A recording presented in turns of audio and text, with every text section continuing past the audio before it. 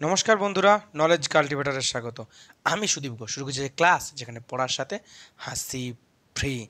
আজকে একটা গুরুত্বপূর্ণ এবং বিতর্কিত টপিক আলোচনা করব। আমরা জানি যে পশ্চিমবঙ্গের পিএসসিতে যে ফুড এসআই পরীক্ষা হয়েছে সে নিয়ে কিন্তু বিভিন্ন দিক থেকে বিভিন্ন অভিযোগ উঠছে। গত শনিবার আর রবিবার যে পরীক্ষা হয়েছে এই সপ্তাহব্যাপী কিন্তু জোর বিতর্ক চলছে। সব থেকে বড় অভিযোগ যে এই পরীক্ষায় দুর্নীতি হয়েছে বা প্রশ্নপত্র ফাঁস হয়েছে। অনেকেই বলছে এই পরীক্ষা নাকি বাতিল করে নতুন পরীক্ষা নেওয়া উচিত, কারণ এই পরীক্ষার যে প্রশ্নপত্র মোটা টাকাতে নাকি বিক্রি হয়ে গেছে। আর সেই নিয়ে কিন্তু পিএসসির অফিসেও আন্দোলন হয়েছে, এমনকি সোশ্যাল মিডিয়াতেও কিন্তু আন্দোলন হয়েছে। তো আজকে দেখে নেব যে কি কি অভিযোগগুলো হয়েছে এবং আগামী দিনে এই পিএসসির ফুড এসআই পরীক্ষা নিয়ে কি সম্ভাবনা আছে। এছাড়াও আগামী দিনে যে পরীক্ষাগুলি আসছে ক্লার্কশিপ, মিসলেনিয়াস বা ডব্লিউবিসিএস, সেই পরীক্ষাগুলিতে এই পরীক্ষার প্রভাব কিছু পড়তে চলেছে কিনা তা কিন্তু দেখে নেব আজকের ভিডিওতে। ভিডিও শুরু করার আগে পিএসসি ফুড এসআই পরীক্ষায় দুর্নীতিতে বা প্রশ্নপত্রে যারা অভিযুক্ত আছে তাদের সকলের কিন্তু কড়া শাস্তি চাই।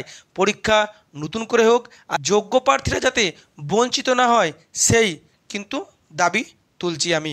তো আজকের ভিডিও শুরু হচ্ছে যে ডব্লিউবিপিএসসির যে ফুডের পরীক্ষা, সেই পরীক্ষা হয়েছে 16 আর 17 মার্চ।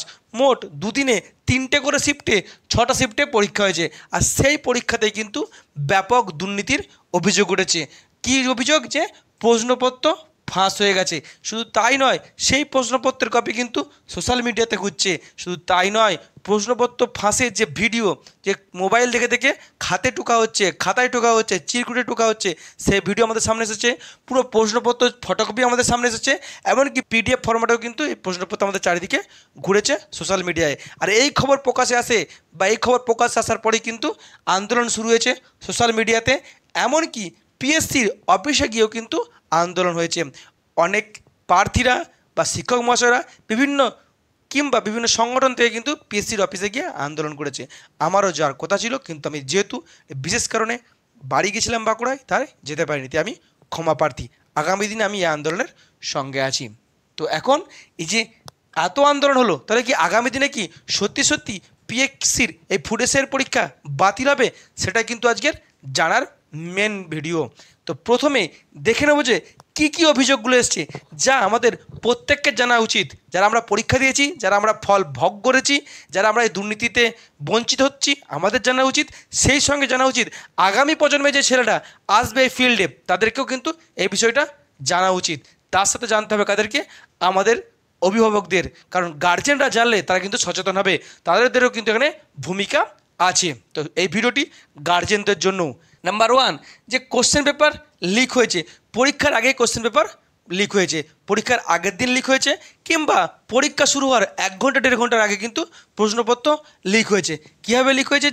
যে 6টা শিফটের যে প্রশ্নপত্র, সেই 6টা শিফটের প্রশ্নপত্র পরীক্ষা শুরু হওয়ার আগে কিন্তু তার ফটোকপি কিংবা তার যে অ্যান্সার শিট 1, 2, 3, 4 করে 100টা প্রশ্নের অঙ্ক কিংবা জিকে তার যে কোন প্রশ্নের কোন উত্তর হবে, সেই উত্তরও কিন্তু হোয়াটসঅ্যাপের মাধ্যমে পৌঁছে গেছে বিশেষ কিছু প্রার্থীর কাছে। তারা কারা? যারা টাকা দিয়ে এই কোশ্চেন পেপারটি বা অ্যান্সার শিটটি কিনে নিয়েছে। আর এখানে কিন্তু ব্যাপক টাকা পয়সার লেনদেন হয়েছে, লাখ লাখ টাকার টাকা পয়সার লেনদেন হয়েছে। আর এই ভিডিও কিন্তু সোশ্যাল মিডিয়ায় ঘুরছে। এখন কারা এই প্রশ্নপত্র লিক করেছে সেটাও কিন্তু আমাদেরকে জানতে হবে। এখন কাদের কাদের এই ভূমিকা আছে এই প্রশ্নপত্র লিক করার ক্ষেত্রে? প্রথম কারা? কিছু কিছু ক্যান্ডিডেট আছে, প্রার্থীরা, যারা টাকা দিয়ে কিনে নিয়েছে আর তারাই আবার অনেক সময় লিক করেছে। কিংবা দুর্নীতিগ্রস্ত ব্যক্তি আমাদের চারপাশেই থাকে, যারা প্রতিবার পরীক্ষা হলে টাকা তুলে এবং তারা দালাল মারফত সেই কোশ্চেন পেপারটিকে আউট করে দেয় বা ফাঁস করে দেয়। কিংবা এই কোশ্চেন পেপার ফাঁসের পেছনে হয়তো পিএসসির কোনো স্টাফ যুক্ত আছে। পিএসসির স্টাফ যদি না যুক্ত থাকে তাহলে কোশ্চেন পেপারটা বাইরে থেকে এলো কী করে? যেহেতু কোশ্চেন পেপারে অ্যান্সার শিটটা চলে আসছে বা অ্যান্সারগুলো চলে আসছে, তারা বুঝে নিতে হবে কিন্তু 1 দিন বা 1.5 দিন আগে কিন্তু এই কোশ্চেন শিটটা ফাঁস হয়েছে। আর কি এমন কিছু লিডার আছে, কিছু রাজনৈতিক নেতারা আছে যাদের হাত খুব বড় বড় হাত, তারা এখানে ফাঁস করেছে। কিংবা এমন হতে পারে যে পরীক্ষা সেন্টারে পরীক্ষা হচ্ছে তারাই ফাঁস করেছে, কারণ আগের দিন স্কুলে অ্যান্সার শিট চলে এসছে, কিছু কিছু কেউ খুলে বের করে দিয়েছে। কারণ বিভিন্ন জায়গায় অভিযোগ উঠছে যে কোশ্চেনের যে সিলটা থাকতো, যে কোশ্চেনের যে বুকলেটগুলো যে পেপারে থাকতো, সে পেপার কিন্তু অনেক জায়গাতে সিল করা ছিল না। আবার অনেকে এটাও ভাবছে যে এই যে অ্যান্সার শিট ভাইরাল করা হয়েছে বা ফাঁস করা হয়েছে, এর পেছনে কিছু কোচিং সেন্টার আর কিছু কম্পিটিটিভের কিছু অতি সক্রিয় টিচার যুক্ত আছে। কারণ আমরা দেখেছি কিছু কিছু কোচিং সেন্টার পড়ানোর থেকে বেশি অতি উৎসাহী, অতি সক্রিয়, তারা এত এত বিজ্ঞাপন দেয় আর এই তাদের ফায়দা বা ব্যবসা করে, আলটিমেটলি পড়ানোর থেকে বেশি ব্যবসা করে। কারণ যতই আমি একজন টিচার হয়ে আমি জানি একজন চাকরি পাওয়ার ক্ষেত্রে একটা স্টুডেন্টের কাছে কোচিং সেন্টারের ভূমিকা মাত্র 10%, বাকি 90% হচ্ছে সেই স্টুডেন্টের ভূমিকা। তাতেও কিন্তু কোচিং সেন্টারগুলো বেশি বেশি করে বিজ্ঞাপন করে, সেখানে কিন্তু এই কোশ্চেন ফাঁসের পেছনে কিছু কোচিং সেন্টারকেও দায়ী করা হচ্ছে। এখন কি বলা হচ্ছে, নাম্বার ওয়ান, যে কিছু কিছু স্টুডেন্ট কী করেছে, এটা টাকা দিয়ে এই অ্যান্সার শিটগুলো বা কিনে নিয়েছে, আর তারাই জানে পরীক্ষার হওয়ার 1 ঘন্টা আগে 2 ঘন্টা আগে সেই হোয়াটসঅ্যাপে অ্যান্সার শিট চলে এসছে, সেগুলো তারা পেপারে চিরকুটে লিখেছে, কিংবা নিজেদের হাতে পায়ে লিখেছে, এইরকম ছবিও ঘুরছে, কিংবা অনেকে এবার মোবাইল নিয়ে ঘুরে চলে গেছে, দিয়ে কিন্তু সেই অ্যান্সার শিট দেখে দেখে অ্যান্সারগুলো লিখে দিয়েছে। আর কি, no strict checking in centre. Exam সেন্টারে কী হয়, যখন আমরা ঢুকি তখন আমাদেরকে পুরোপুরি চেক করে পুলিশে, পকেটে হাত দিয়ে চেক করে, অনেক সময় আবার আমাদেরকে আলাদা জায়গায় নিয়ে চেক করে, মহিলাদেরকে অন্য রুমে গিয়ে চেক করে, প্রাইভেট রুমে গিয়ে। কিন্তু এবার দেখা গেছে যে কোনো চেক হয়নি। চেকিংয়ের অবস্থা এতটাই খারাপ যে সহজেই মোবাইল, স্মার্ট ওয়াচ বা হেডফোন নিয়ে ঢুকে যাওয়া যায়। অনেকে কিন্তু এটা তার ফায়দা তুলেছে।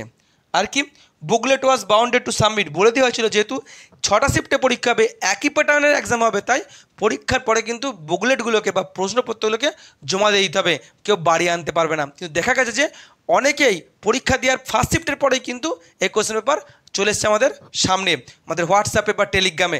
তার মানে কি, হয়তো কেউ মোবাইল নিয়ে ঢুকেছিল, সে পরীক্ষা দেওয়ার পর তুলে সেটাকে ভাইরাল করে দিয়েছে, কিংবা কেউ কী করেছে, অ্যান্সার শিট জমা না দিয়ে সে বাড়ি নিয়ে চলে এসেছে, তাদের বিরুদ্ধে কড়া স্টেপ কিন্তু নেওয়া হয়নি। আর কি, 6 শিফট, 6টা শিফটে পরীক্ষা হয়েছে, আর এখানে যত পরীক্ষা শিফট বেশি হবে তত কিন্তু এখানে এই করাপশানের চান্সটা কিন্তু বেশি, কারণ অনেকটা সময় পেয়ে যাচ্ছে। আর সেখানে আরেকটা ক্ষেপে যে এক্সাম প্যাটার্নেরও কিন্তু গোলমাল হবে, কারণ একটা শিফটে পরীক্ষা হলে বা 2টো শিফটে পরীক্ষা হলে এক্সাম প্যাটার্ন একই থাকতো, যখন 6টা শিফটে পরীক্ষা হচ্ছে তখন দেখা যাচ্ছে যে ফার্স্ট শিফটে হয়তো সহজ হয়ে যাচ্ছে, থার্ড শিফটটা জটিল হয়ে যাচ্ছে। কারণ পিএসসির কাছে একটা নির্দিষ্ট ফরম্যাট থাকে না, কখনো কখনো জটিল হয়ে যায়, কখনো কখনো সহজ হয়ে যায়। তো একটা শিফটে বা 2টো শিফটে হলে কিন্তু এতটা ঝামেলা হতো না। তাই এতগুলো অভিযোগ থাকার কারণে কিন্তু অনেকে বলছে যে পরীক্ষাটা নতুন করে হোক, রি এক্সাম হোক।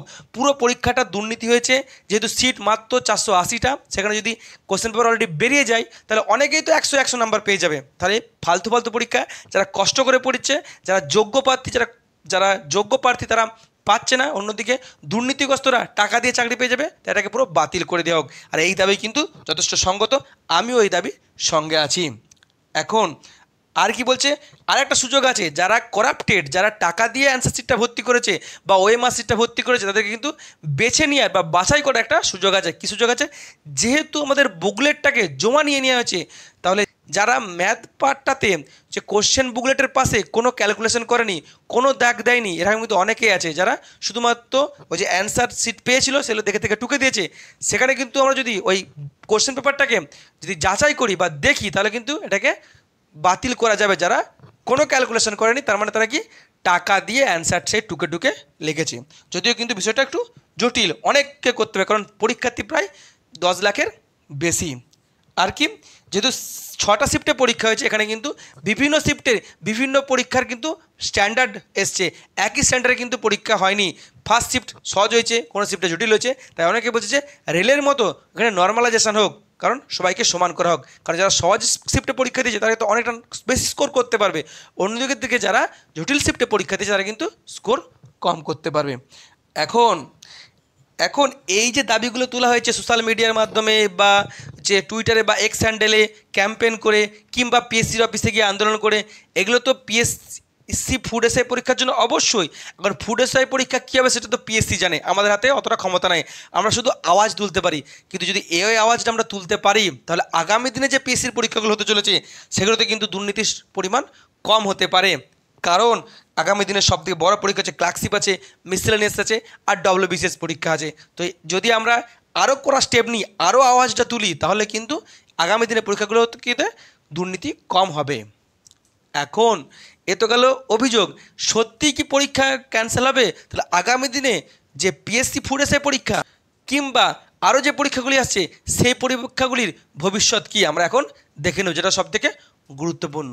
কি বলছে পিএসসি, যে এই যে পিএসসির অফিসে যা হয়েছে বা এই যে আন্দোলন করা হয়েছে, এখান থেকে যা খবর এসছে সেই খবরে বলা হচ্ছে যে পিএসসি স্বীকার করে নিয়েছে যে এখানে দুর্নীতি হয়েছে বা প্রশ্নপত্র ফাঁস হয়েছে। পিএসসি নিজে বলেছে যে যে দুর্নীতি হয়েছে, তবে বেশ কয়েকটি জেলায়, সব জেলায় নয়। তারা বলেছে বিশেষ করে নদিয়া, দিনাজপুর, মালদা, মুর্শিদাবাদ, বীরভূম, এই 4-5টি জেলাতে কিন্তু তারা দুর্নীতির খবর পেয়েছে। এমন পিএসসি যে সেক্রেটারি তিনি বলেছেন যে বাকি যে জেলাগুলি আছে সেই জেলাগুলি থেকে তারা রিপোর্ট চেয়ে পাঠিয়েছে ডিএমএসপিদের কাছ থেকে, যে কি তা সেই জেলাতে কেমন পরীক্ষা হয়েছে, সেই জায়গাতে কত অভিযোগ এসছে, কতটা অভিযোগ কম এসছে। আর এই রিপোর্ট আসার পরেই কিন্তু পিএসসি থেকে মিটিংয়ে বসবে, আর পিএসসি মিটিং বসার পরে তবেই ঠিক হবে যে ফুড এসআইয়ের পরীক্ষা নতুন করে হতে চলেছে, না এই পরীক্ষাটাই থাকবে, না পিএসসিতে অন্য কোনো পিএসসি তা চিন্তাভাবনা করছে এই দুর্নীতিকে বাদ দেওয়ার জন্য। কিন্তু এই যে পিএসসি বলছে আমরা স্টেপ নেব ডিএমএসপিরা রিপোর্ট দেওয়ার পরে, আমরা জানি যে ভোটের নির্ঘণ্ট কিন্তু অলরেডি প্রকাশ হয়ে গেছে।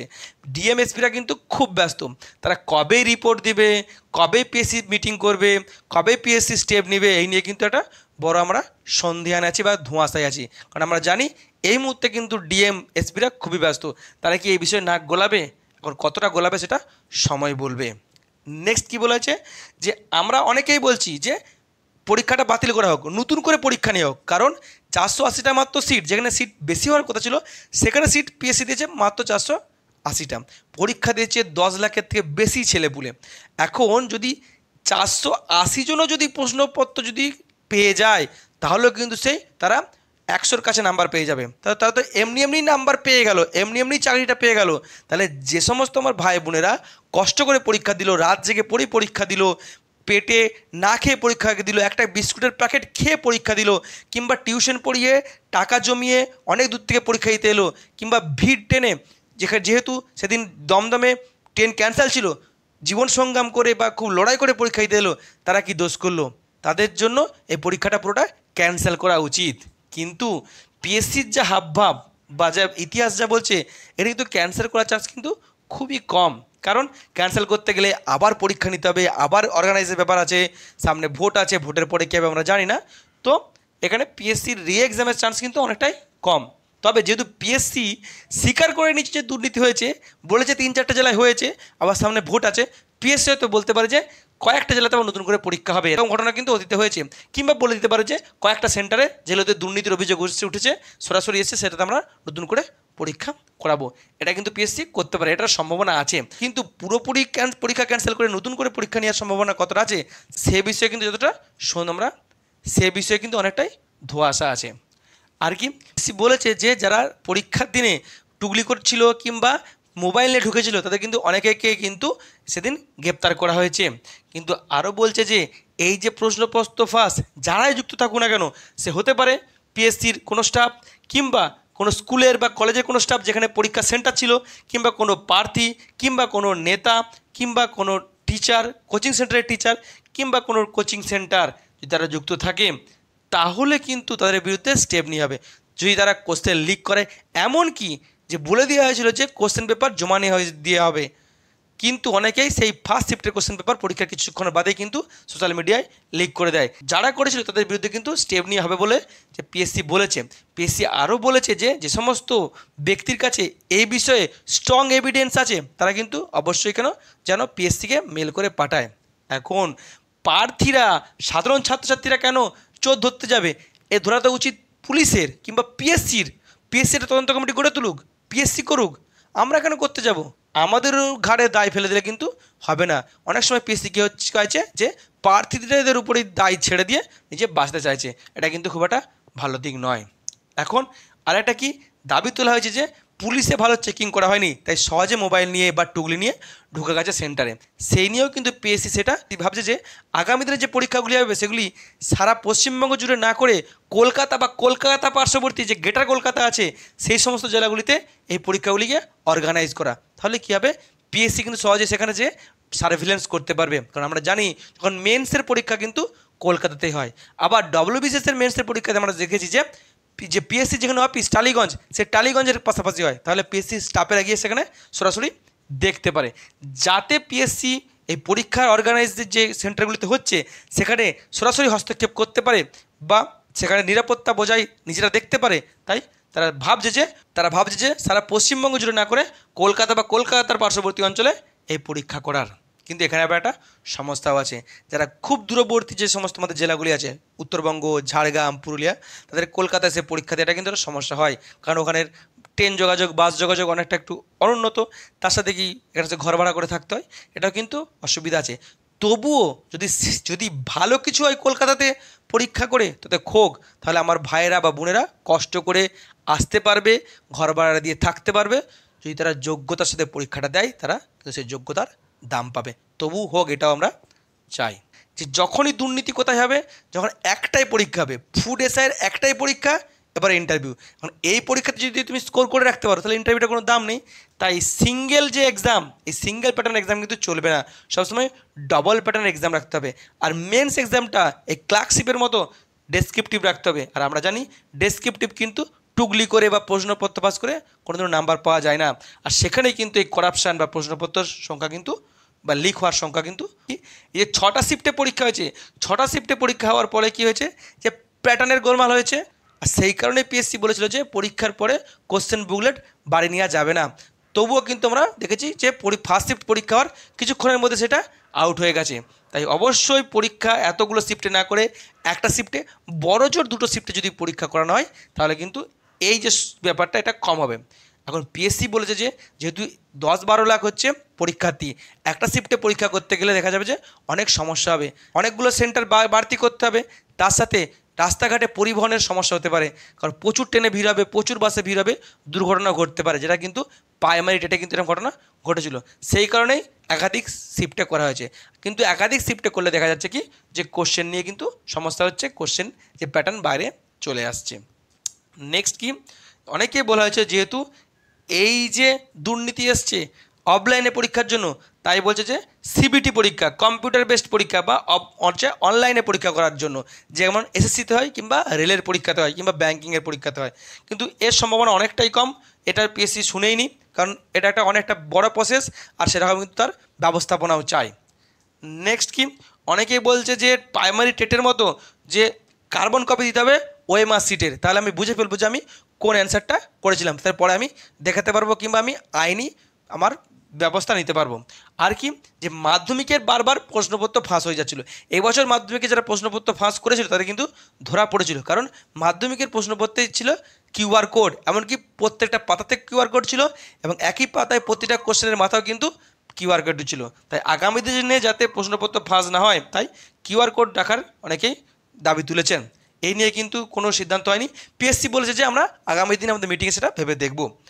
আর কি, নর্মালাইজেশনের ব্যাপারটা বলেছিলাম, যেহেতু 6টা শিফটে পরীক্ষা হয়েছে, বিভিন্ন শিফটের স্ট্যান্ডার্ড কিন্তু বিভিন্ন হয়েছে। যে জানা যাচ্ছে যে প্রথম যে 2টি শিফট পরীক্ষা হয়েছিল 16 তারিখ, সেই 2টি শিফট কিন্তু জিকে ম্যাথ যথেষ্ট সহজ ছিল, অনেকেই বলেছে এটা। কিন্তু ওই দিনে যে 3rd শিফটে পরীক্ষা হয়েছে, এই 3rd শিফটের পরীক্ষা কিন্তু জিকে কিন্তু ব্যাপক জটিল ছিল। অন্যদিকে পরের দিনে যে প্রথম 2টো শিফট, সেখানে কিন্তু জিকে যথেষ্ট সহজ ছিল, কিন্তু ম্যাথ যথেষ্ট মডারেট ছিল এবং ক্যালকুলেটিভ ছিল। অন্যদিকে যে শেষ শিফটে অর্থাৎ 6th শিফটে ম্যাথ কিন্তু ব্যাপক জটিল ম্যাথ ছিল, অ্যাডভান্স ম্যাথ ছিল। তাহলে যারা সহজ শিফটে পরীক্ষা দিল তারা তো অনেকটা জ্ঞানার হয়ে গেল, যারা জটিল শিফটে পরীক্ষা দিল তারা তো এখানে বঞ্চিত হয়ে গেল।